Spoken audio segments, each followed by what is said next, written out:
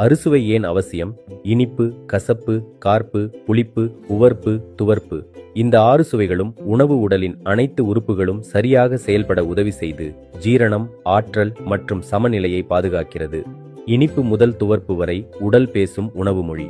இனிப்பு கார்போஹைட்ரேட் இருக்கும் அரிசி, கோதுமை, வாழைப்பழம் போன்ற இனிப்பு சுவையுள்ள உணவுகள் உடலுக்கு முதன்மையான ஆற்றலை வழங்கி மூளை செயல்பாடு மற்றும் தசை சக்தியை மேம்படுத்துகின்றன.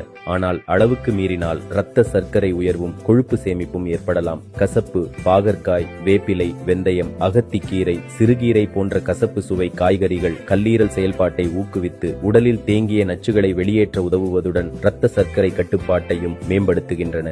கார்ப்பு மிளகாய், இஞ்சி, பூண்டு, மிளகு, சீரகம் போன்ற கார்ப்பு சுவை உணவுகள் ஜீரண சக்தியை தூண்டி இரத்த ஓட்டத்தை அதிகரித்து சளி மற்றும் குளிர் தொடர்பான பிரச்சனைகளை குறைக்க உதவுகின்றன.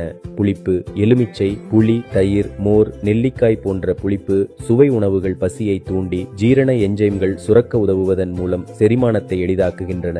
ஆனால் அதிகமாக எடுத்தால் அமிலத்தன்மை அதிகரிக்கலாம். உவர்ப்பு கல் உப்பு, கடல் உப்பு போன்ற உவர்ப்பு சுவை உணவுகள் உமிழ்நீர் சுரப்பையும் உடல் திரவ சமநிலையையும் பராமரிக்க உதவுகின்றன.